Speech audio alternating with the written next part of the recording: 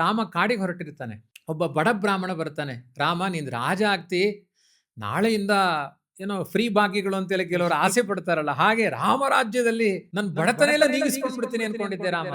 ನೀನ್ ಕಾಡಿಗೆ ಹೋಗ್ತಾ ಇದಿ, ತುಂಬಾ ಬೇಜಾರಾಗೋಯ್ತು, ನಾನ್ ದರಿದ್ರನಾಗಿ ಸಾಯ್ಬೇಕಲ್ಲ ರಾಮ ಅಂತ ಅಳ್ತಾನೆ. ರಾಮ ಹೇಳ್ತಾನೆ, ನಿನ್ ಕಷ್ಟವನ್ನ ಅಳಿಸಿಯೇ ನಾನು ಕಾಡಿಗೆ ಹೋಗ್ತೀನಿ. ನೋಡಿ, ನಮಗ್ ತುಂಬಾ ಕಷ್ಟ ಬಂದಾಗ ನಮಗೆ ಚೇಳು ಕಡ್ದು ಬಿಟ್ಟಿದೆ, ಒಂದ್ ಲೋಟ ಬಾದಾಮಿ ಹಾಲು ಕೊಡ್ತೀಯ ಅಂದ್ರೆ ಕಪಾಳ ಕೊಡಿತೀವಿ. ನನ್ ಪ್ರಾಬ್ಲಮ್ ಸಾವಿರ ಇದೆ, ನೀವು ಬಾದಾಮಿ ಹಾಲಂತೆ.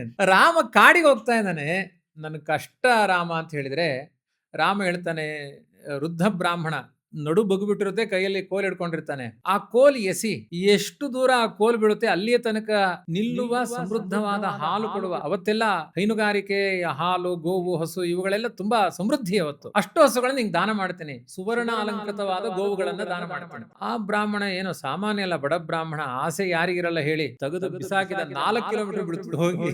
ಪರವಾಗಿಲ್ಲ, ನೀನು ಮುದುಕ ಅನ್ಕೊಂಡಿದ್ದೆ, ಏನು ಚೈತನ್ಯ ಇದೆ ನಿನ್ನಲ್ಲಿ. ಅದು ನನ್ ಚೈತನ್ಯ ಎಲ್ಲ, ಆಸೆ ಚೈತನ್ಯ ಅಷ್ಟು ದೊಡ್ಡದಿರುತ್ತೆ. ಎಷ್ಟು ವಯಸ್ಸಾದ್ರೂ ಗಳಿಕೆಗೆ ಪುರಾಣದಲ್ಲಿ ಒಂದು ಮಾತಿದೆ, ತಲೆ ಕೂದಲು ಉದುರುತ್ತೆ, ಆಸೆ ಉದುರು ಹೋಗೋದೇ ಇಲ್ಲ.